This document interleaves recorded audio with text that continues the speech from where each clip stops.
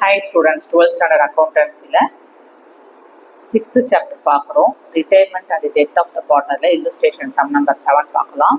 Kiran, Vinod and Vimal are partners sharing profits in the ratio of 5:3:2.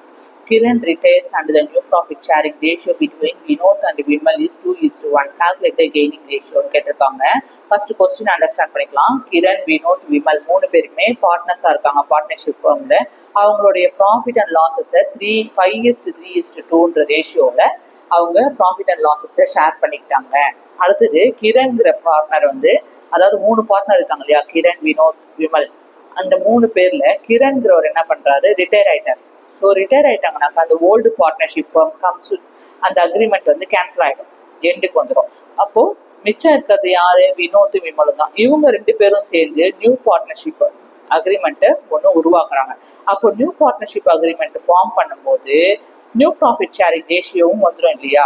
அப்போ new profit sharing ratio between Vinod and விமலுக்கு எவ்வளோன்னு பார்த்தீங்கன்னா 2:1.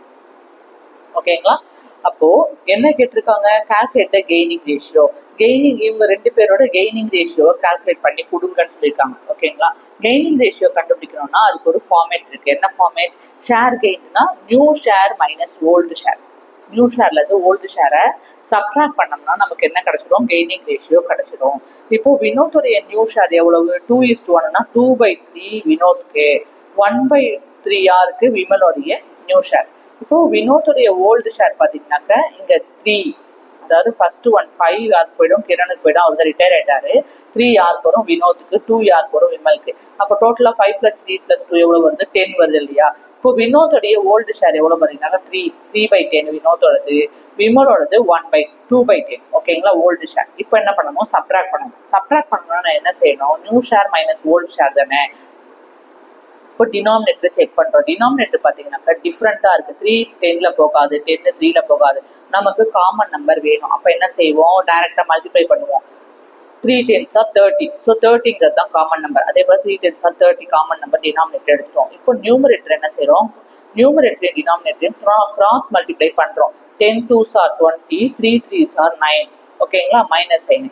So 20ல 9 போயிடுச்சுன்னா 11/30 யாரோடது, வினோத்தோடைய gaining share, gaining ratio. அதே போல விமலுக்கு பார்த்தீங்கன்னா 3 10s are 30 போட்டுரும். Cross multiply 10 1s are 10, 3 2s are 6 வந்துருச்சு. இப்போ 10ல 6 போச்சுன்னா எவ்வளவு, 4/30. இப்போ gaining ratio of Vimal and வினோத்துக்கு வினோத் அண்ட் விமலுக்கு என்னன்னு பார்த்தீங்கன்னாக்க 11/30 is 4/30. நம்ம என்ன செய்ய மாட்டோம், டினாமினேட்டர் எப்பவுமே ரேஷியோ கண்டுபிடிக்கும் போது கன்சிடர் பண்ண மாட்டோம், சேம் வேல்யூ இருக்கு.